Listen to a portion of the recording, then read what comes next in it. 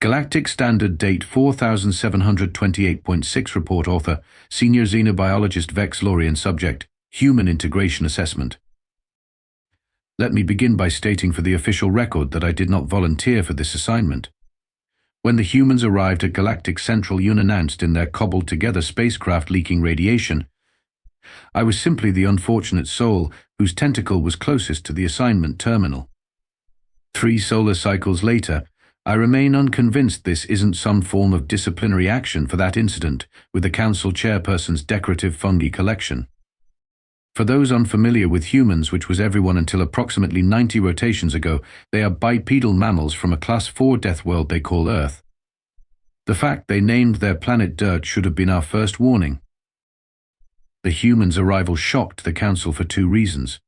First, they shouldn't have been capable of interstellar travel given their technological development. Second, no species has ever approached the council without formal invitation. But humans, as I've painfully learned, have never encountered a rule they didn't immediately consider optional. I was assigned to meet their diplomatic representative upon arrival. A protocol dictates a formal greeting sequence lasting 3 hours, involving ceremonial silence, synchronized respiration, and careful exchange of non-offensive biochemical identifiers. The human diplomat who introduced himself as Quinn Fitzgerald, but you can call me Quinn, or Fitz, or hey you. I'm really not picky, bypassed the entire procedure by extending his manipulator appendage for what he called a handshake. When I hesitated, he simply grabbed my primary sensory tentacle and pumped it vigorously, contaminating me with no fewer than 342 unique bacterial colonies, 3 of which were previously unknown to galactic science. "Sorry about the surprise visit," Quinn said, while violating approximately 17 different contact protocols. "We intercepted some of your transmissions, figured out your location, and thought we'd drop by. I hope that's cool." The council had been debating whether to contact Earth for the past 6 centuries. Humans decided the matter in 4 months after picking up a stray transmission from a cargo vessel's entertainment system. Apparently, they became spacefaring to find the conclusion of a cooking competition that had been accidentally broadcast toward their solar system. Quinn violated another 14 regulations before we reached the council chambers. He sampled an ornamental plant that was actually Ambassador Glix's cousin, attempted to pet what he thought was an adorable space puppy, but was actually the carnivorous ceremonial guard of the TKTKL hive, and somehow reprogrammed the automated translation system to insert the word dude at the end of every 3rd sentence. During the formal introduction to the council, Quinn sneezed. This natural expulsion of potentially hazardous particles caused 3 council members to activate emergency shield protocols and 1 to enter protective hibernation that will last approximately 8 years. Quinn's response: "Whoops, sorry about that, dude. Spring allergies, you know how it is." None of us knew how it was. The very concept of allergies, the body attacking itself because it dislikes plant reproductive material, seemed like an evolutionary design flaw so severe that no species should have survived it. But this exemplifies the paradox of humans. They are walking biological contradictions. They developed spaceflight while still suffering from seasonal rhinitis. They created sophisticated AI while still occasionally choking on their own saliva. They constructed nuclear fusion while requiring unconsciousness for 8 hours every rotation. Over the following days, Quinn proceeded to upend virtually every assumption about protocol, biology, and common sense that the council had established over 12 millennia of peaceful cooperation. He suggested happy hour in the sacred meditation chamber, attempted to teach the telepathic Xindi delegation how to play rock, paper, scissors despite their lack of hands, and somehow convinced the methane-breathing Volgar to try something called a high five, which resulted in 3 broken appendages and a diplomatic incident. When I asked Quinn why humans seemed incapable of following simple protocols, he looked genuinely confused. "We're just being friendly," he said, while unconsciously tapping his fingers to music only he could hear, another disconcerting human trait. Besides, all these rules seem designed for species who already know each other. We're the new kids on the block, so we got to make an impression, right? The impression they made was one of chaotic, Unpredictable danger combined with an inexplicable charm that has already resulted in 7 trade agreements, 2 cultural exchange programs, and the Hive Queen of Sector 8 requesting human movies for her personal collection.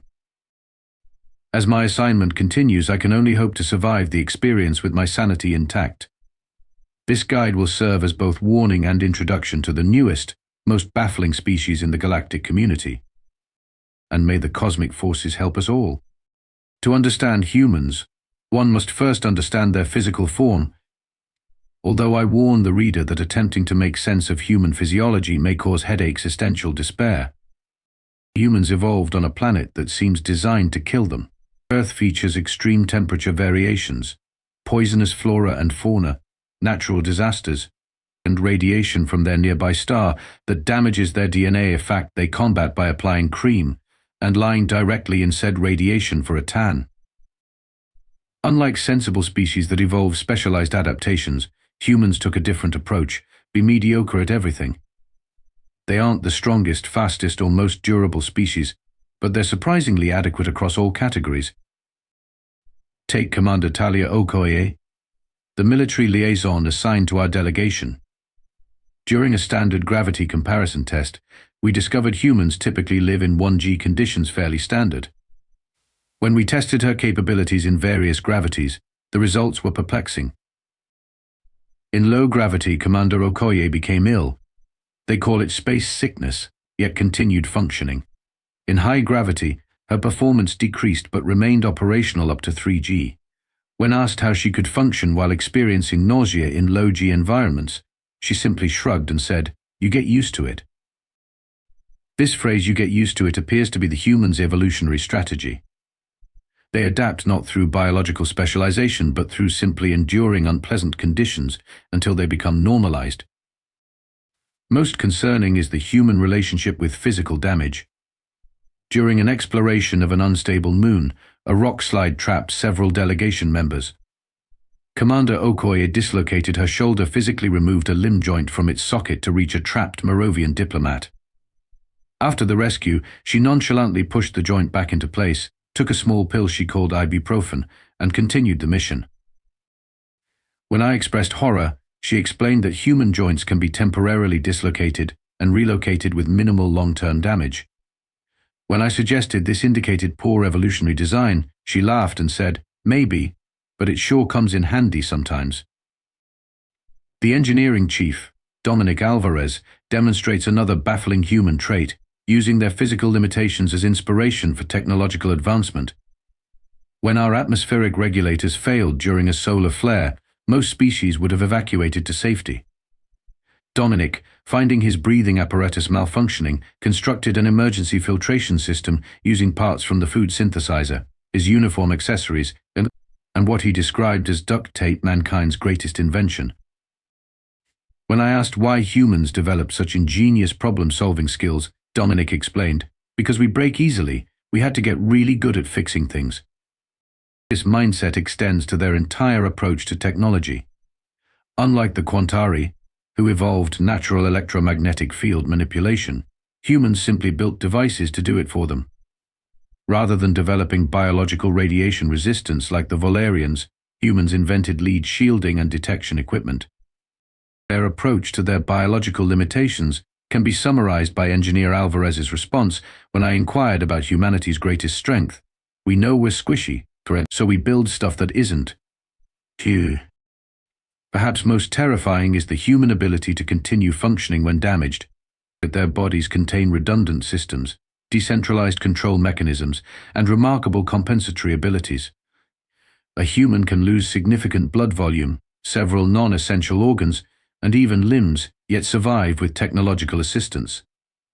Commander Okoye once casually mentioned losing her appendix, an internal organ, and returning to duty within days. When the Quantari ambassador expressed shock, she replied, "Oh, that's nothing. My grandfather has an artificial heart, my cousin has one lung, and my neighbor walks around with someone else's kidney. We're basically Mr. Potato Heads." The confused silence that followed this statement remains one of the most uncomfortable diplomatic moments I've witnessed. During physical endurance tests, we discovered another disturbing human trait: They willingly experience pain for improved performance. They call this exercise and insist it strengthens them over time. The concept of deliberately damaging muscle tissue so it repairs stronger defies all rational biological principles, yet humans engage in this self-destructive behavior regularly. Perhaps most disturbing is their reaction to emergency situations. When faced with danger, humans experience a biochemical flood called adrenaline that temporarily enhances their capabilities. During an unexpected power failure, I observed Engineer Alvarez lift a stabilizing beam that weight analysis indicated should have been impossible for his muscle mass. When questioned later, he seemed unable to recall the feat, simply stating, "You'd be surprised what you can do when you have to." Indeed, I am continuously surprised and disturbed by what humans can do when they have to. If humans' physical resilience is concerning, their dietary habits are nothing short of horrifying. Most civilized species evolved to consume specific nutrients from a limited range of sources. The Arcturians absorb minerals, the Valerians photosynthesize, and the Merovians filter feed on microscopic particles. Humans, by contrast, will put virtually anything in their mouths to see if it's edible. They call themselves omnivores, but a more accurate term might be gastro-gamblers. Their evolutionary strategy appears to be consume unknown substances and hope for the best. The ship's chef, Mai Tanaka, explained humanity's approach to food while preparing what she called a fusion cuisine dinner for the Diplomatic Corps. As she combined ingredients that had no evolutionary business being together, she explained, humans can eat almost anything if you prepare it right.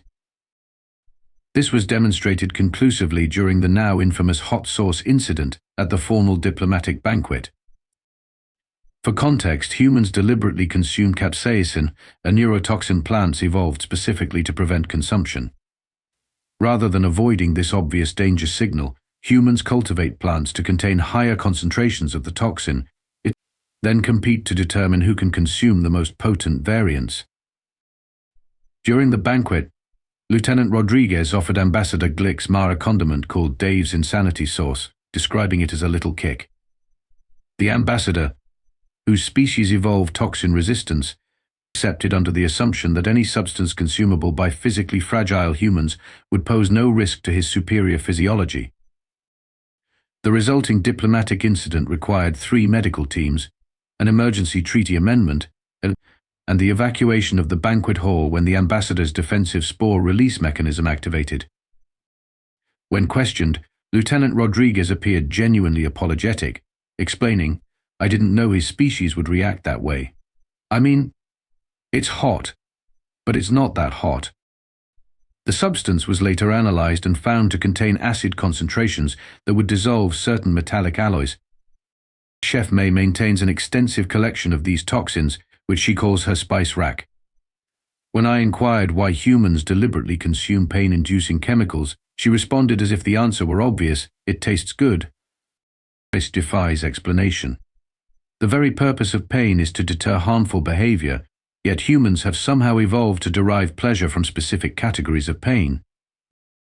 Even more concerning is their consumption of fermented substances. Humans deliberately allow foods to partially decompose, then consume the results. Some of these items contain compounds that temporarily poison their neural systems, causing impaired function, emotional dysregulation, and often severe physical consequences the following day. They call this recreational activity drinking and organize social events specifically for this purpose. Chef May once offered me something called blue cheese milk that had been deliberately colonized by fungal growth.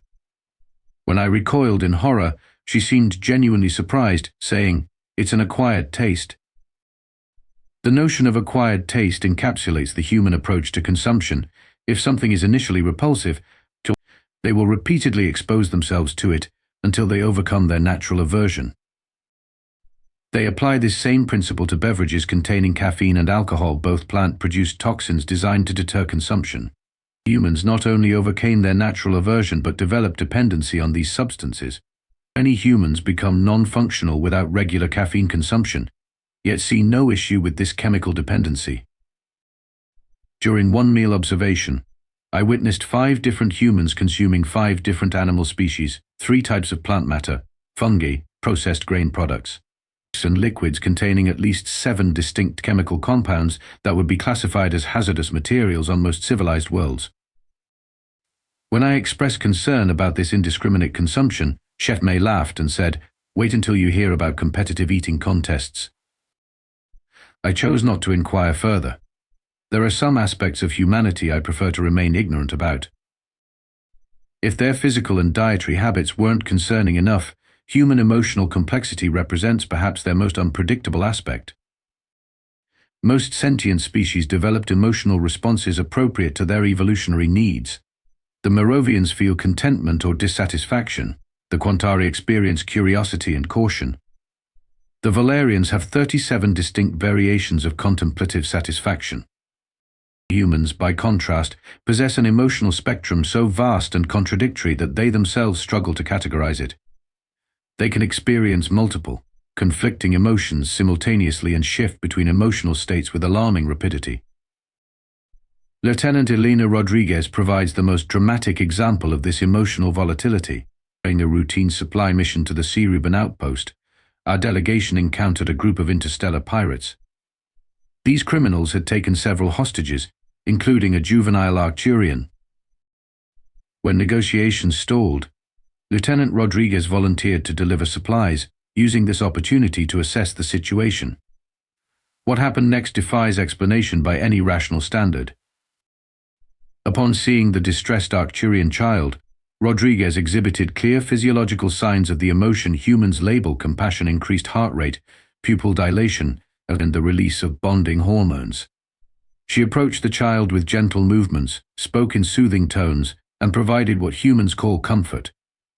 Simultaneously, and this is the baffling part, she displayed what humans term rage toward the pirates. Within the span of 2.4 minutes, I witnessed her gently wrap her uniform jacket around the child while verbally threatening to, and I quote, "personally ensure the pirates would regret every life choice that led them to this moment." When the lead pirate attempted to intervene, Rodriguez incapacitated him while continuing to hum a soothing melody to the child. The cognitive dissonance required to simultaneously nurture one being while harming another should be neurologically impossible, yet humans performed this emotional compartmentalization routinely. When I later questioned her about this contradictory behavior, she seemed confused by my confusion. The kid needed help, the pirates needed stopping. What's complicated about that? This emotional duality extends to all aspects of human interaction. They can express affection through insults, they call this teasing, show respect through competition, and communicate joy through liquid secretions from their visual organs, but tears of happiness. Most concerning is their ability to use emotional states tactically. During a tense negotiation with the Valerian trade delegation, I observed Commander Okoye deliberately modulate her emotional presentation, shifting from friendly to stern to sympathetic based on the reactions of her negotiating partners. When I asked how she determined which emotion to display, she responded with disturbing honesty, "I wasn't displaying emotions. I was feeling them. Sometimes you need to let yourself feel angry to make a point, or feel compassionate to find common ground." The implication that humans can voluntarily induce specific emotional states for a strategic advantage suggests a level of emotional manipulation that most species would find deeply unethical. Perhaps most disconcerting is what humans call their gut feelings, instinctive emotional responses they often trust over logical analysis. During a navigation crisis, Navigator Tran ignored computational recommendations based on what he described as something feeling off. His intuitive course adjustment avoided an uncharted gravitational anomaly that sensors detected only after the course change. When asked to explain his reasoning, he simply shrugged and said, "Sometimes you just know."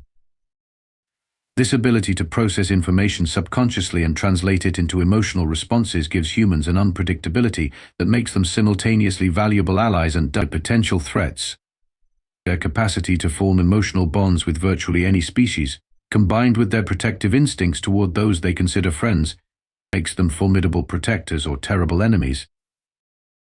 As Lieutenant Rodriguez demonstrated, the same human who gently cradles an alien child can efficiently disable 7 armed opponents while barely interrupting her soothing humming.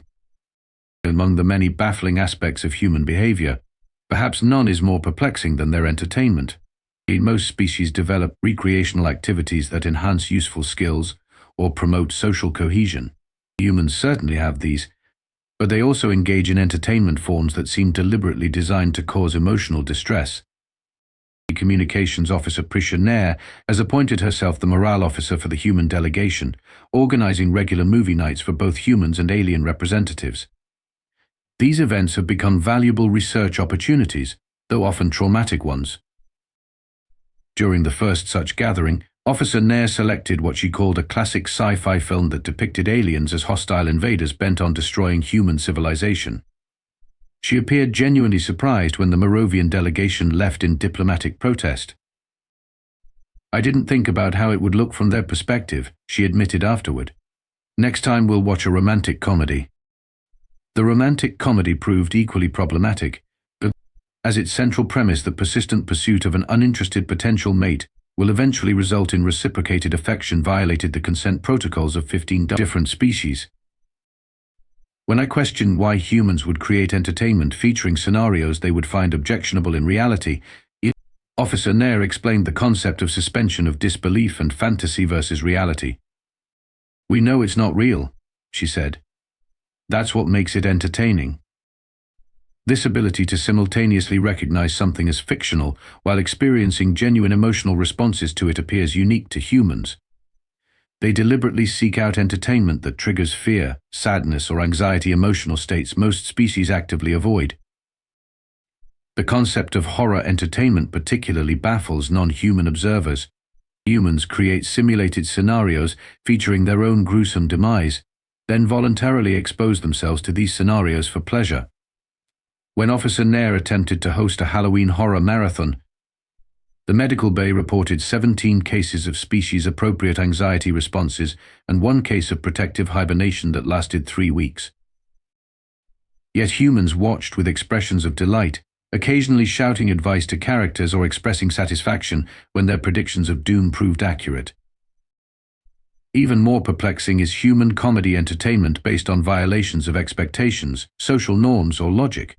Humans appear to derive pleasure from recognizing these violations, responding with a convulsive vocalization called laughter, that several species initially mistook for a seizure condition. During a cultural exchange presentation, Engineer Alvarez attempted to explain human humor through examples.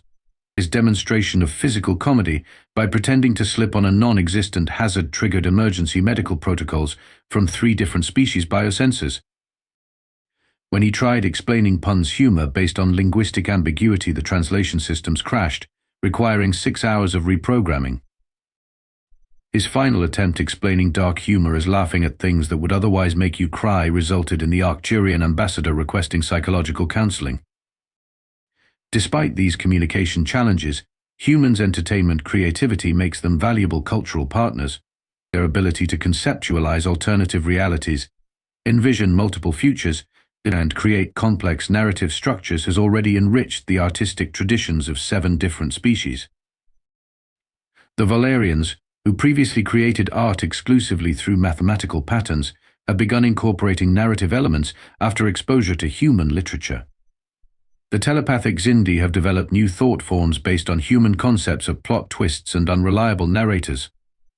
Officer Nair summarized the paradox of human entertainment while preparing for a karaoke night, a ritualistic event where humans deliberately sing poorly for group amusement. That we create entertainment about the things that fascinate, terrify, or confuse us. It's how we process being alive. This transformation of existential anxiety into entertainment may explain how humans maintain psychological stability despite their awareness of their own fragility. By confronting their fears through fiction, they develop resilience to actual threats. As Officer Nair put it, "We've imagined the apocalypse so many times that if it actually happened, someone would probably just say, 'I told you so,' and then figure out how to fix it."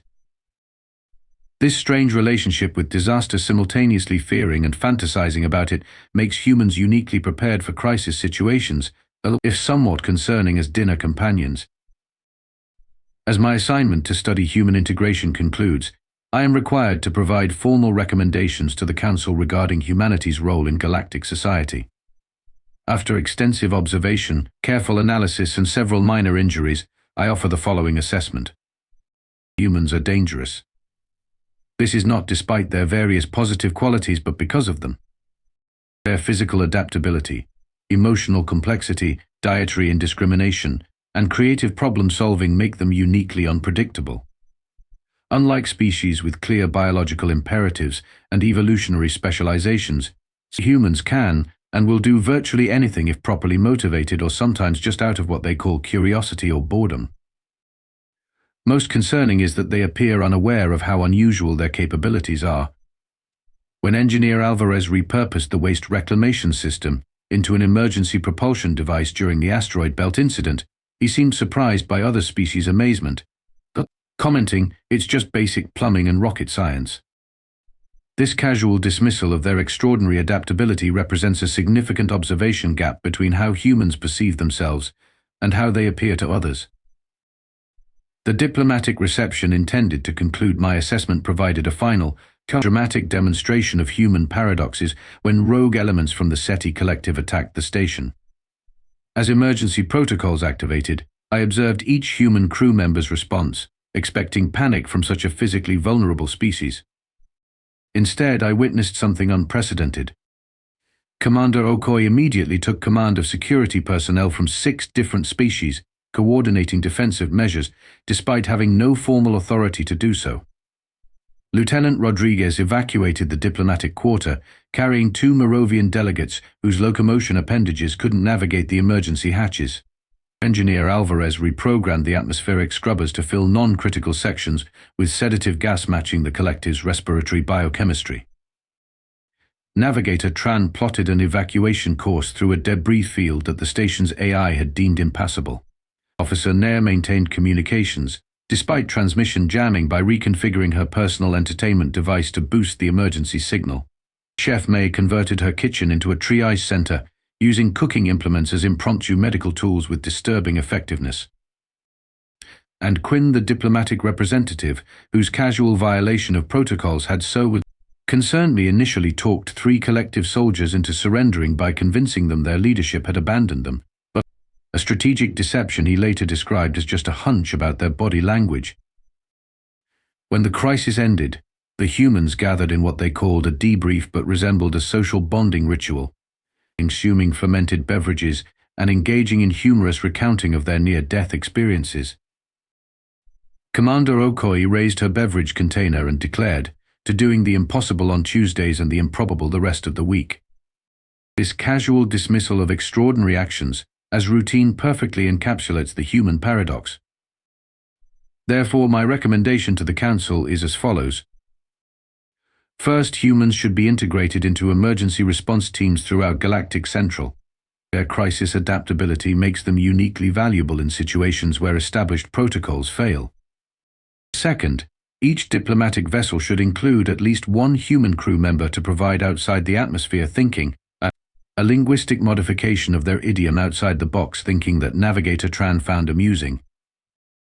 Third, all species ambassadors should receive supplemental training in human emotional expression to avoid misinterpreting their rapid emotional shifts as psychological instability or diplomatic aggression.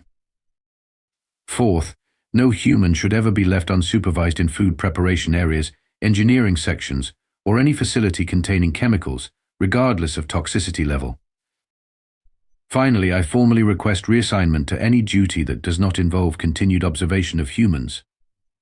My exoskeleton has developed stress fractures from repeated fight or flight responses, and my primary sensory tentacle still hasn't fully recovered from Quinn's handshake.